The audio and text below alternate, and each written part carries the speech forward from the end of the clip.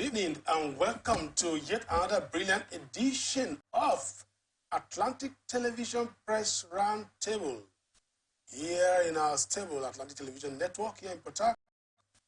And when we talk about press roundtable, it is time for journalists to gather. It means time for pressmen to gather to look at issues that are trending in the polity, give them insights and perspective and balance to bring them to your table so that you understand more of what we are talking about in the media.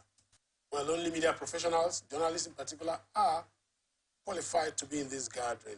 Today is not different. My name is Bon Wook. I'm your guide. And let's look at some of the headlines. National grid collapses.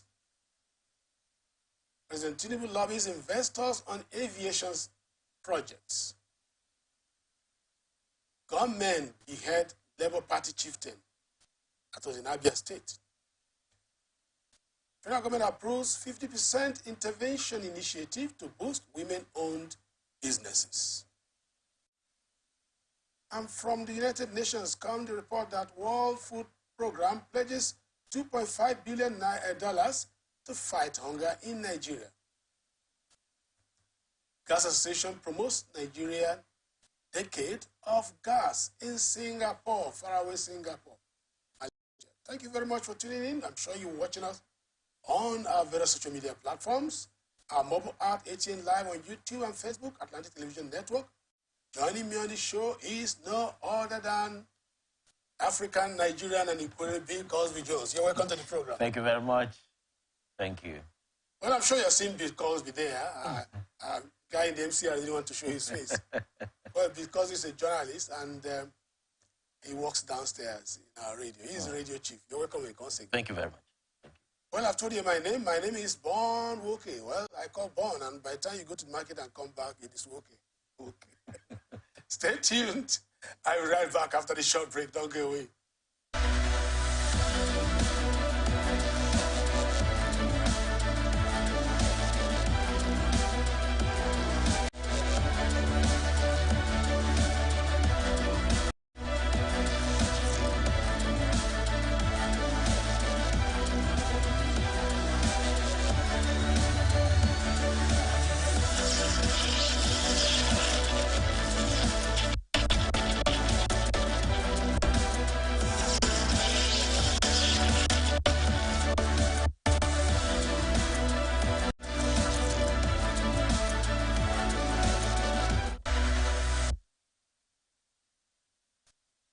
Welcome back. It is still Atlantic Television Network Press Roundtable. You're welcome. And of course, I've introduced my guest. Sorry, my colleague here, my guest. Well, it's a guest on the show. Talking about B. Cosby, and I've told you my name, Bon and Woke. These are my names, so that's my name. Well, National Grid System operated by the Transmission Company of Nigeria has collapsed in the early hours of Thursday, throwing the entire country into blackout. The grid performance showed power generation dropped to a meager 48.50 megawatts at 7 a.m.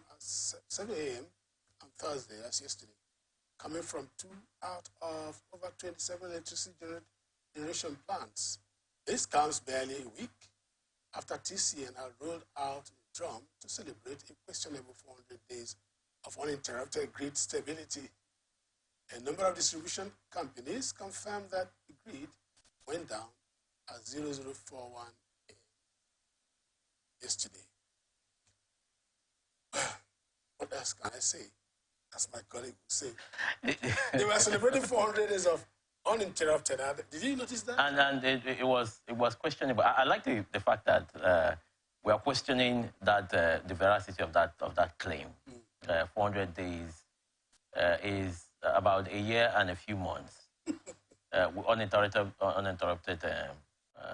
what's it called? A straight days, uninterrupted power supply without the grid breaking down. But here is what happened, from what we know now, is that there was a sharp explosion at KNG, that ignited fire and all. that the minister said it's put under control and that we will have the grid back up, optimally, performing optimally. But here's what I feel, and here is what I think. I think it is shameful of a country like Nigeria to be talking about 4,000 megawatts of electricity. We are over 200 million people.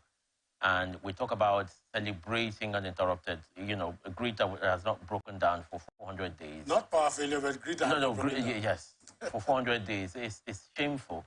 But this is where we are at the moment. Someone once asked me a question. Are we going to go past 4,000 megawatts of electricity? I know how many megawatts South Africa is generating, and, Ghana here. Less than 60 million people. And Ghana less than 30 million people enjoying uninterrupted power supply. We have all the resources that we need to make sure that this country doesn't go dark. I wonder what's going on. I wonder whose pocket we are lining by not making our power generation work. Sometimes when I think about it, it makes me want to cry. But it is what it is. This is where we are at the moment. Is it shameful? It should be condemned by all. I've gone practically. I think I've gone to more than 3 locations today. It's the same story. No power anywhere. Locally, like in local parlance, we say no lights, total blackout. But the federal government should make this an emergency. I mean, power generation. Imagine the monies that will be lost today. Businesses shut down. Businesses that rely on the national grid to get power and rely on our power generation. How are they going to move their business? So it's a very dire situation. Well, I think that we've continued in that sobriquet, very notorious sobriquet as giants walking in the dark. And it's not a very good description. A very good description, a good way to describe Nigeria. Giants that walk in it. But let's look at the next story. Tinubu lobbies investors in aviation project. President Bola Tinubu has called on investors across the globe to invest in Nigeria's aero policy projects. That's aerospace projects, promising tax breaks. Nigerian leaders stated this on Wednesday in Abuja at the 2023 edition of African Aviation Conference and Exhibition. The President also called for investment into the proposed aviation leasing company and the maintenance, repair, overhaul, facility and infrastructure upgrade in the federal government operated airports. The federal government said these efforts are imperative towards meeting the target of making Nigeria the aviation hub of Africa in the long term. The president, who was represented at the event by the Minister of Aviation and Aerospace Development, Mr. Festus Kayamo, the president said, will ensure enforcement of contract agreement and the rights of investors, and indeed all parties are protected. And Nigeria, being a signatory to the Cape Town Convention, will uphold international obligations. On the issue of forex availability, the president also stated that this administration is committed to ensuring that forex is readily available to entrepreneurs, as he has directed that the Central Bank of Nigeria hold quarterly reconciliation meetings with you to resolve this issue. I'm very happy that he talked about forex because that was a big complaint. LP is complaining about some billions of dollars, naira, billions of dollars being trapped in central bank, and they cannot maintain their facility. So it was good that he quickly talked about it. It was. Because that's being a major problem in the aviation sector. If you bring that and marry it with the hike in jet fuel, and that's occasioned by what we are experiencing now in Nigeria. So all of this had made the aviation sector almost not mopping up the money or being functional as it should. But one thing we should note is that the aviation sector in Nigeria is extremely valuable. Let me give you one instance. Let me give you my reason for saying that. We have a vast population of humans in Nigeria. Some say we have a larger population of the poor. But what I believe is that the Nigerian man is very conscious. See, whether it was supremely designed for it to happen this way, our roads, because of what happened with the trains and insecurity, the roads facilities not top-notch. Most Nigerians would prefer to pay that high cost to fly, which they believe is safer than the roads. And now, because of the population, have you gone to the airports recently? You see a large turnout. In Africa, we are the largest, client-based largest in Africa in terms of people who patronize airlines in Africa. The statistics are there. So airlines would want to come to Nigeria knowing that whatever happens, the problem had always been high taxation. We are taxed too much. They said the Abuja airport is the highest taxed in Africa. So followed by the Lagos airport. But airlines are still breaking even. Why? Because they have a large turnout of customers. Sometimes a friend complains that he wants to book a flight in Abuja on Tuesday. That flight never materialized. He came back to airport on Saturday because he had to wait and wait. The long list of passengers, unending list of passengers. Yes. So it is very valuable, and it is very yes, it is viable to a point where investors who want to come in and make profit. I like the fact that it's been made open now. The president or the federal government has promised that they are going to reduce, slower down on the tax imposition. So I think it's going to be a very arable platform to launch and make more money. Yes, lobbying foreign airline operatives is very interesting. Arab, of course, saw that. Is it Arab Air? What do they call it? Emirates.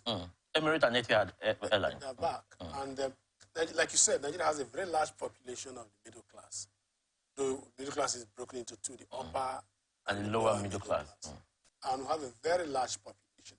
And of course, it's been an investment destination in Africa. A lot of investors, foreigners who use airlines. So anybody operating airline business in Nigeria has a lot of clientele. It has a large population. And I'm very happy that we have broken that down path between Nigeria and United Arab Emirates. Yes. It shows good intention. It shows that we are ready for business. If because see, you attract the kind of life you live by the kind of friends around you. Exactly. So when investors who are yet to, potential investors see that Arab Emirates and Etihad, Emirates Airlines and Etihad is plying the route of Nigeria, they are plying the route of Nigeria and making profit with ease, it will attract more investors knowing that Nigeria is ready to do business. Yeah, very interesting. I think that is going to have a lot of influence because communication is key to industrialization, to development, either land, air, fresh services, sea routes, and all that, seaports and all that. These are all important networks that are very germane in business transaction and investment. And the president is doing well in recent time. This issue of lobbying and bringing investors into Nigeria seems to be succeeding. Now, recently they've lifted the visa ban on Dubai. A lot. And there seems to be some kind of international goodwill. Yes, if you notice that, like you quite notably, you mentioned the fact that the president is collaborating internationally, and that's the way to go. Over the years, we've had our image battered internationally, and people, just by the mention of Nigeria, people get this cold shivers, and so that's what the president is trying, image laundering. First off, let's launder the image of Nigeria and inform the world that there's a new business order in Nigeria. There's a new perspective to how we do things now. It's no longer going to be business as usual. So come on all in and invest. We are going to get what value for your money that you invested. So I think it's the first thing he did by collaborating internationally is the first way to go. Exactly. Seeing that we are now beginning to see how we can make join the G20 and all of that. All of this collaboration is going to bring Nigeria in the public light, and the right way too. Excellent, excellent move by the president, if you ask me. But how it materializes and how it affects our economy is yet to be seen. We will see in the coming months and in coming years. That if we stabilize politically, things are going to be better after all these dispensations of litigations at the appellate court, tribunals, and once we stabilize, the international community will have more confidence. Not a president whose tenure is not guaranteed. By the time he stabilizes and becomes the president and endorsed by the appellate court, the apex court, then I think we'll have more coming. Let's hope that Nigeria becomes stable. Now, government behave Labour Party chieftain. That's some of the things we're talking about. Political stability is important. A chieftain of Labour Party in Abia State, Mr. Maruka Zakari, has been murdered by a gunman yet to be identified.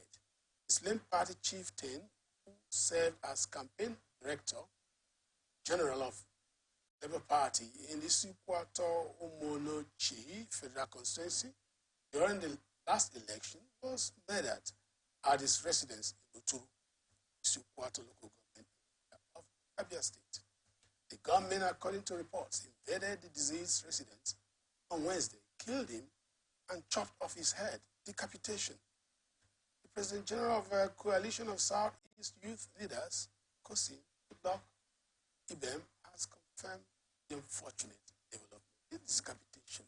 It is very unfortunate that in this present day Nigeria, where we're looking to move forward and seeing how we can woo investors. We just talked about wooing investors. Yes.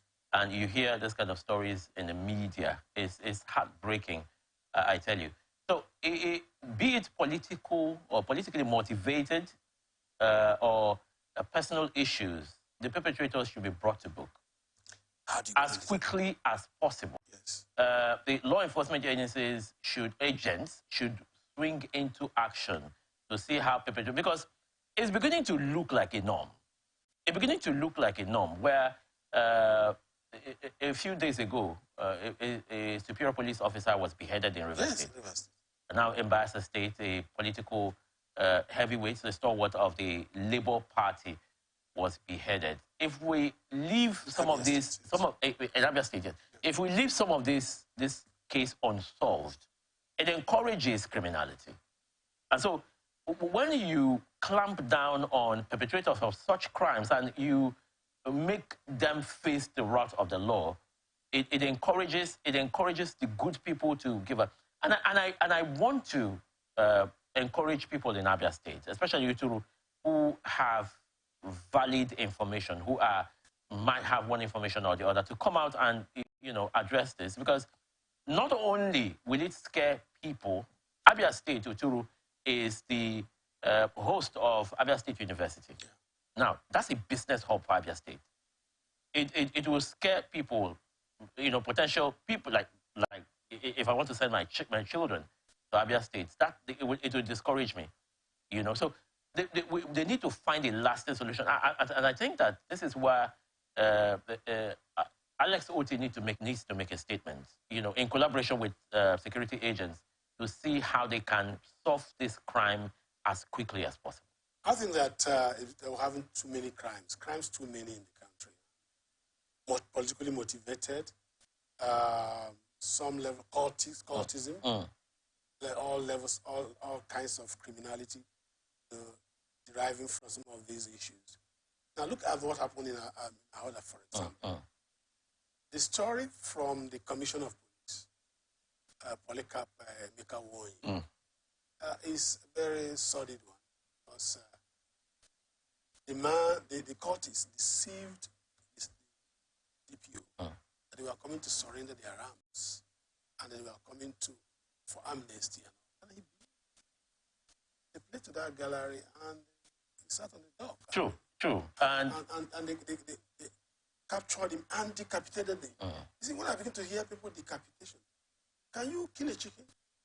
It's difficult. Human beings who have gone to that level of depravity that we now talk about killing. We used to hear that among some distant places. True.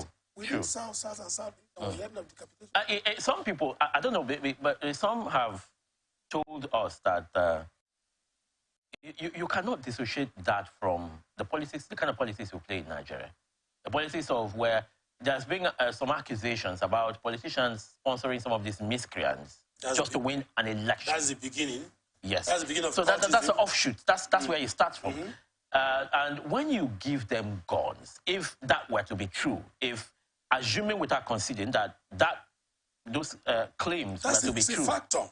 It's a very strong factor. You see, what happens is if you give me, as if I'm a miscreant, you give me a gun to fight your political opponents, and I aided you in winning this election. Yes. I expect that you will be giving me cover when I go for criminal operations. That's one. Secondly, you see a fact where the politician will no longer finance or sponsor any of my activities, which means I'm left alone to use the gun to fend for myself. So it escalates to a point where you have opponents who are like you, who are rival called gangs or rival groups. You use that gun to fight them. When you're not doing that, you're kidnapping somebody somewhere. If you're not doing that, you're robbing somebody. So it stems from, if that were to be true, it's something that now that we've found the problem, we need to start mapping out a solution. Why are we making our politics a do-or-die affair? See, that's the problem. I think yesterday, it was in Abia State, too, had a story. Or was it the other day, where somebody was, some men, some locals were brought out, dragged to the market square, open place, and killed. What that story here? Somewhere in the southeast. And so it's becoming, it's becoming a recurring decimal. Exactly. It's something as... Now, in the Niger Delta, in River State, for example, there are a lot of factors we talk about. Apart from city issues, we talk about political party thuggery that graduates, becomes a Frankenstein monster. It's either fighting the patron or fighting society. Yes. Then you also had the Donwani phenomenon that happened in Abayebema, where Onelga, where you have oil pipeline surveillance actors growing up and grouping into gangs, cult grounds, to protect their trade. And that was how Donwani came up. And that phenomenon is still all over the place. Of course, when we had Daybam and Daywell in Port Harcourt, that was a street gang phenomenon. Street gang has been there over years. So it grew into some kind of phenomenon, maybe politically motivated phenomenon, and grew out of proportion. People in my 1, my 2 want to protect their territory and all that. So these are some of the, if you look at the sociology of cultism and criminality, you have to trace it on these factors. Yes, political, yes. And if you look at the strata of the people who commit more crimes in the society, people who belong to the lowest rung of societal setting. But let's move above that and begin to look at some of the major factors that contribute to escalating crime or the surge in crime in our society. Is the fact that our youths are becoming extremely lazy. Let's not run away from the truth. The youth wants to get wealth, want to get rich overnight without doing the work. Yeah, laziness on the base as defined by dictionary as unwillingness to do work. To do work, yes. Not that they don't have the capacity. No, not that they don't have the energy, they don't have the capacity to do work. They are dissipating this energy in the wrong way, in a way that will bring wealth faster. They want quick money. I think it became... so whether it's illegal or illegal... It became a culture in the Niger Delta because of oil firms dashing people money. You do little menial work, you make a lot of money. Politicians... bring them, my boys, and then they give them money. You become an officer, elected or appointed. You recruit a retinue of PAs. Yes. PAs. So you have PA to PA, PA1, PA2 to PA50. And then so local government council.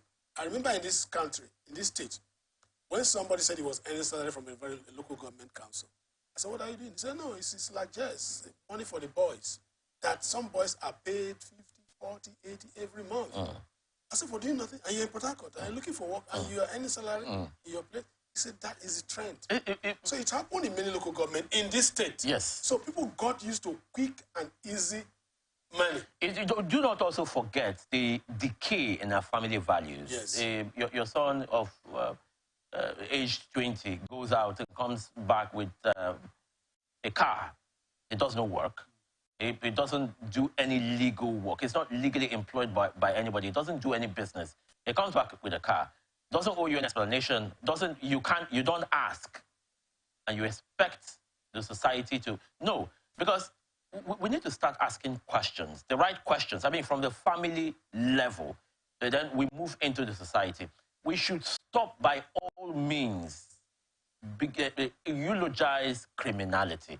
You see a situation... Indirectly. Yes, no, but even directly. You see a situation where a known cultist, a head of a cult group, comes to a traditional marriage in a village setting, and he's hailed. He's given a canopy. He dances with his boys, he sprays money, and sometimes they give them chieftaincy titles. So when society begins to reward criminality, we'll see all of this stumble Another over. factor, like you said, is chieftaincy struggle. You want to be a chief, and you need to become a chief by all means. So you recruit young, so it's not just politicians. You recruit young men. They fall themselves into court and become your strongest supporter. It's happening in most of our communities. Yes. And we have to look at the process of ascension. Some of, our chieftaincy institutions. In my community, for example, it is hereditary. It is like the British monarchy. There's a royal family, there's a ruling family. So if you don't, exactly, you don't need to aspire. You don't have business. And so the eldest prince, who is groomed to become a king, becomes a king at the end of the day. If he's incapacitated, a regent is appointed to work in his stead. So you don't have any form of struggle. But communities where you have all this election to become chiefs and all that, it has become a very big problem. So people form gangs, and these gangs become criminal gangs. And when they operate, the chieftaincy institution will not question them. The chieftaincy institution will not do anything to stop their activities. They know where they are, but they don't want to talk because they help them to stay. You can't oppose them because they have a strong gang of supporters. So the criminality is growing every day because of a lot of factors. But what we should understand is that there is what we call a Frankenstein monster. If it doesn't get to where you're grooming it to go to, it will turn back against you. It doesn't turn back against you, it will turn back against society. And you belong to the society, your family also belongs to the society. So it's like somebody throwing stone into the market. It truly is an aggregate of factors that has made a... But we need a working institution. We need institutions that work. And the police is properly reformed. That's the working of it. If the institution is working properly, yes. I mean, perpetrators of crime are brought to book and made an example. We have some kind of proactive measures to stem the tide. Even proactive before instead of reactionary. Exactly. Before a crime is committed, you have apparatus to wage the and we have to look into this issue of amnesty. That's what killed the DPO. He succeeded in Ogoni, he succeeded in some other parts of the country, the state, and when he went out, he was succeeding. And he was working on seeing whether the last batch of those criminal gangs handed their arms. I think we should also review this issue of amnesty. Because they've played their game, they've won. It means that police will no longer trust them. No. It will be I wouldn't say stupidity to trust, yes. It will be hard for any police formation to trust cultists again. Not just in that region, all over River State. Exactly. Coming to surrender their arms and all that, nobody will believe them any longer. True. So the best thing will be to crush them. True. That's totally. And if the fact is, if we leave crime fighting to the law enforcement agents alone, how many are they? We need to tune up our games in terms of information, giving information to the law enforcement agents, and helping them fight crime in our society, in our villages. Yes. The elders, the chiefs, you need to start doing, talk to your children, talk to your words. When they refuse, you report them to the law enforcement No, the agency. problem is that family values are going down. Eroded completely. And families are losing grip because these people are influenced by what they see. So it's no longer about family values. When children run out, graduate from school and they don't have jobs, and they see their peers going into coal fire and making money. And making quick money. So you can no longer hold them. Once the child is 20, 25, 30, 40, and you tell him to be sleeping on your couch. No, he will tell you, no, my mates are out there. So it's no longer about family again. It's also so much about society. Yes. And societal values generally should also change. True. True. There's a dialectical relationship between family and society. Family and society. Because we're heavily beginning to reward criminality. Let's begin to reward hard work, honesty, and our society will be back on track. That's the much we can take. This half hour is gone. We'll go on a short break and we'll come for the next half hour for more on Atlantic Television Press Roundtable here in the Garden City of Port Harcourt. Don't go away. Bill Cosby Jones is still here, and my name remains Born Woke. When I come back, we'll continue with the narrative.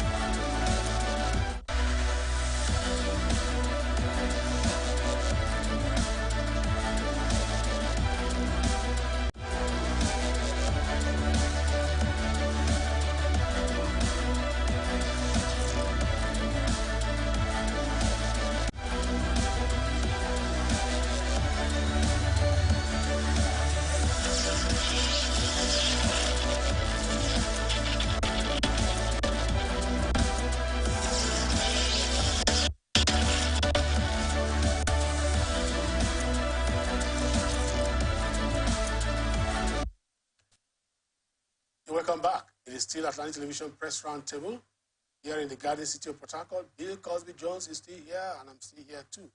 Let's look at some of the stories. Government approves 50% intervention initiative to boost women-owned businesses. This is a gender-friendly initiative. Director General of Small and Medium Enterprises Development Agency, Nigeria, Mr.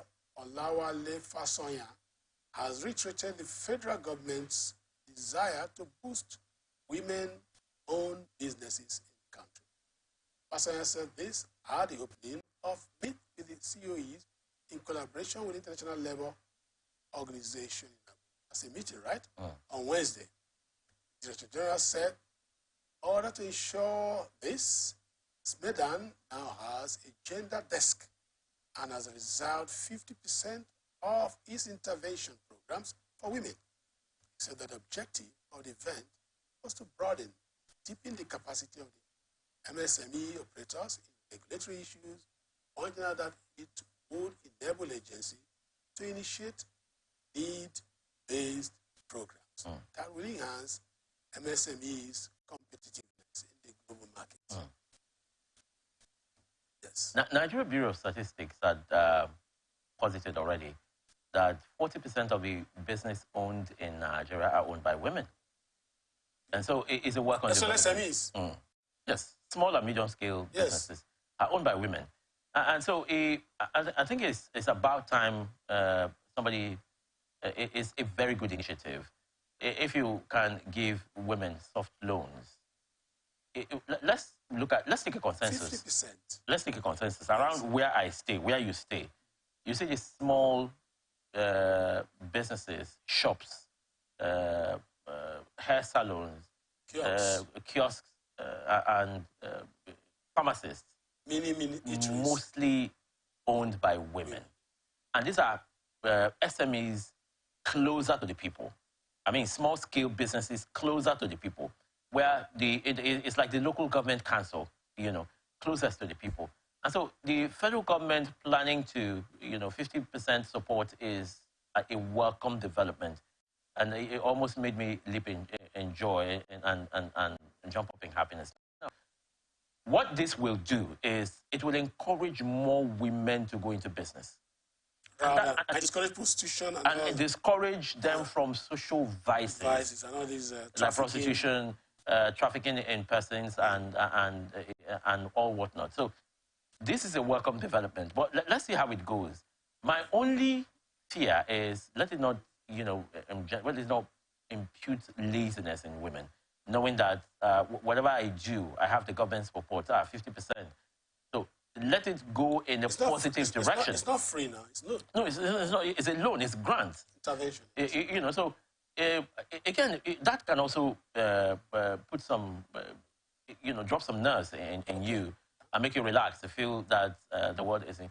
So in the next few months and few years, we determine if this is a very productive policy, if this policy will yield fruit like the federal government intended that it would.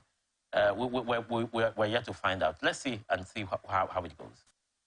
I think you're right. I think this is a program an initiative that will boost economy because SMEs have more than, SMEs are the heart of what do you call it? Of the business world in any country, yes. Not just in Nigeria, in any country. And if you don't boost that, then the economy will collapse because the micro and macroeconomic indices of any nation is measured from what happens from the SMEs are the springboards yes. to how economy will work. If the economy is not, I was talking to somebody and we said that an expert came on my show and said that if you put up the SMEs together, it won't total up to 1 trillion naira, and that's poor, very abysmal. Okay. If you ask me. So we don't have much. We don't have much. So more is needed. If the women are involved, it will, broaden our economy in some way. No, somehow it's not only about giving them funds, it's about creating the right environment. For example, you want to start up a business. Rent alone will discourage you. Electricity will discourage you. Multi-taxation and all manner of taxes and harassment will discourage you. So a lot of factors, ease of doing business in that level of business is very important. When people talk about ease of doing business, they think about big businesses, foreign direct investment and all that. No, the small businesses need the right climate, the right environment to thrive. And the right policies. But in order not to take us further from what we're talking about, let me bring in a soft part to this. Have you taken your time to investigate and just evaluate businesses run by women in Nigeria? They seem to blow some. You know why? No, they're doing well because women. Let me tell you why. Yeah. Why I feel that it's hard for a business run by a woman is the collapses. One is some of these women are entangled, maybe married to a man, dating a man. Most times, they allow the men to provide for them. So they do not fall back on their business to take care of their personal needs. And when men do, they consume their profit. Their profit and their capital. You said it all. The women will conserve their The men will dip their hand into the till and service their personal needs and even that of their women. Can you see that?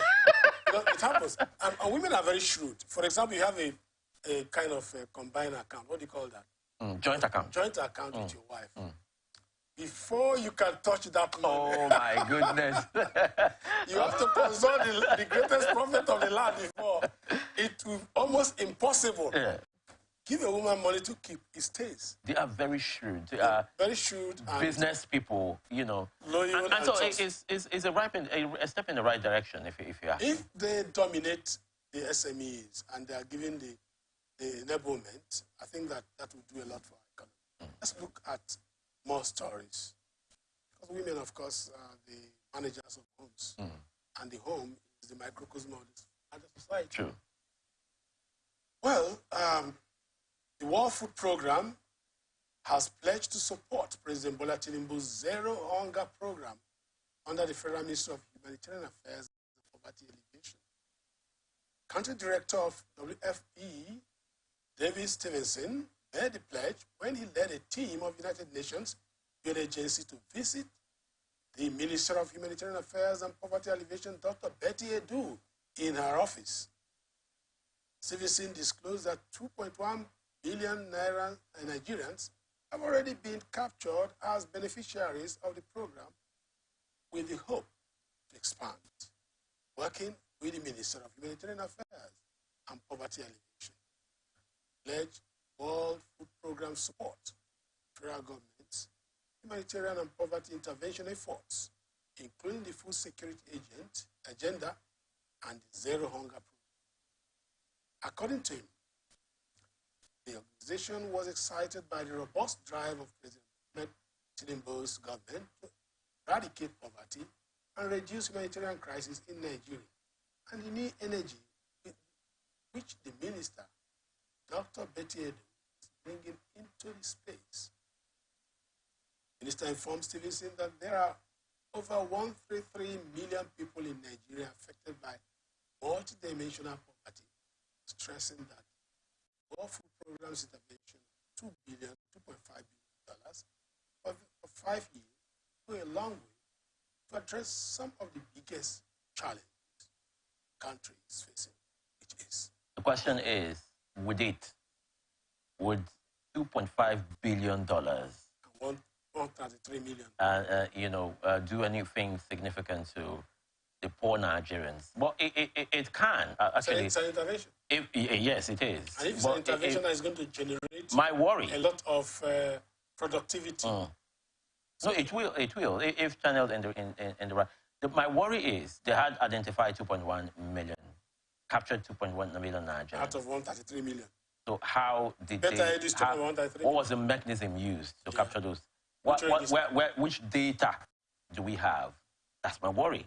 That's number one. Number two is, what intervention, what strategy are they adopting? Are we going to the farms? I mean, it's World Food Program. Are we going to the farms to start raising, originally raised crops for ourselves and to feed our nation? They had clearly stated that it will be in form of an intervention, grants and direct food. They mentioned food project implementation. So that's my worry. Are these not going to be misdirected to suit or satisfy political cronies, loyalists, and party faithfuls? That's another angle. If you feed 2.1 party faithfuls, you're fed Nigerians. But it was a one-dimensional feeding. You said about 103 million people are multi-dimensionally poor in Nigeria. And who should be a mixture of people from across board, from all ethnic nationalities. It will be a good one. The implementation is what I'm... And I also like the drive of Betty Edu. She seemed to have, be very enthusiastic. The problem is she should have the right demographics. Because if you don't have the right demographics, you cannot have a sustainable and, register. A sustainable strategy, yes. Strategy and a register that is sustainable and fair. That's the problem. So, but again, let's not forget the fact that before you raise a strategy, you should be willing to work. She seemed to be willing to work. Okay. The question is, will she work with the right strategies and the right people? That's a question for another day. But in the meantime, this is it will be a laudable project if the impact is felt among Nigerians, especially You talked about demography. Those are the lowest rung of the society. Those who do not know where the next meal will come from. That's when it will make sense in our society. Because this will go on record that the World Food Project had intervened in Nigeria's food crisis with 2.5 billion naira. And at the end of the day, we'll be left to ask questions. What impact did it make? Yeah. Where did it go? Okay. It's something that we should critically look at. Betty Edu should critically look at this as a grassroots person. She's being a grassroots person. So I think I expect her to operate from the grassroots and let the people who require this feel it. Okay, let's take this story. Gas Association promotes, Gas Association promotes, the Nigerian Gas Association, Nigeria, has made remarkable showing at the prestigious Gas Tech 2023 conference held in Singapore, with the support of corporate members such as the Nigerian National Petroleum Company Limited and Nigerian NLNG Gas. The association has championed and advanced the Nigerian decade of gas agenda on a global stage. Gastech is renowned as the world's largest gathering of energy professionals, serving as a platform for industry leaders, inventors, and experts to discuss and address most pressing challenges and opportunities in the global energy sector. President of NGA Akachukwu Nwokedi emphasized Nigeria's commitment to sustainable energy solutions and the pivotal role of natural gas in generation energy transactions, adding that Nigeria is at the forefront of the global energy landscape, and our participation in Gastech 2023 underscores our commitment to drive change in the industry. That's the last story there. And we have nothing less than 5 minutes to look at. So quickly, let me tell you what Gastech. Gastech is a gathering of gas producers, gas-rich countries all over the world. It was held in Singapore, faraway Singapore. Nigeria celebrated, we've termed this decade a decade of gas, transitioning from fossil fuel to gas. Now, there, we showcased the undying talent of Nigerians. A company in Nigeria is being admitted into what you call the original equipment manufacturers to manufacture coastal carrier barge. What that will do is to help move gas from one region to another, especially in the sub-Saharan Africa. We are leading the pack in terms of gas reservoir in Africa. And in sub-Saharan Africa, in West African sub-region, it's about time we made it, significant. We made it count in this region. Gas is the way to go. If you look at the Kyoto Protocol, if you look at the recent energy agreement, we have been given from now to 2060, thereabouts, to move from fossil fuel to gas. So this is a welcome development, and I'm very happy that we participated, and our participation, people felt our participation. That company has signed a memorandum of understanding with an Indonesian company to start producing these barges that will distribute gas around these coastal areas. And I think I'm very happy. When I read that story, I was extremely happy. And I see that we are beginning to point in the right direction.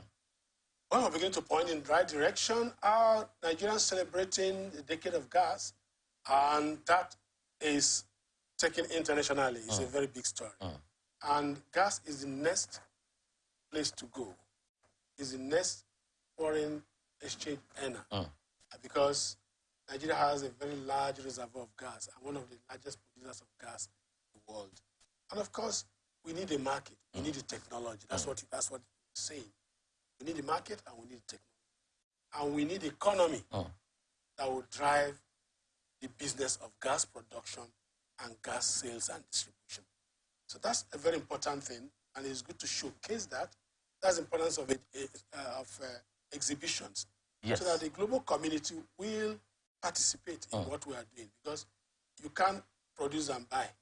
No, you can't. You can't produce and buy. You need other countries to come and buy. And remember, and do not forget. The issue of production is also something that has a lot of technological transition, as it were. Quickly, do not forget that.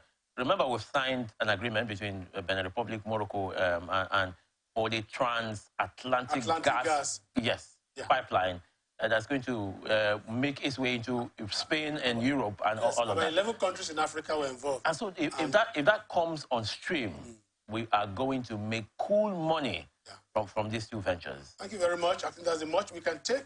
Thank you, Bill Cosby Jones, for coming. Thank you very much. Each time he comes here, he makes it easy. Well, thank you for tuning in.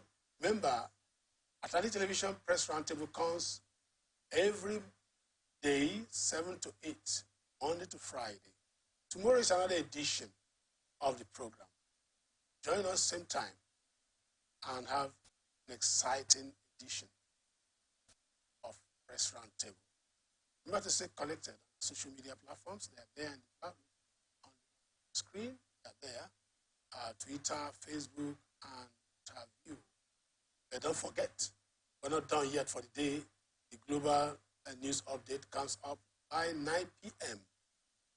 That's when it comes. Don't forget, too, that peace is important in our society. Peace and unity are the pathways to progress. Make peace always watchword. My name is Bon Wokia.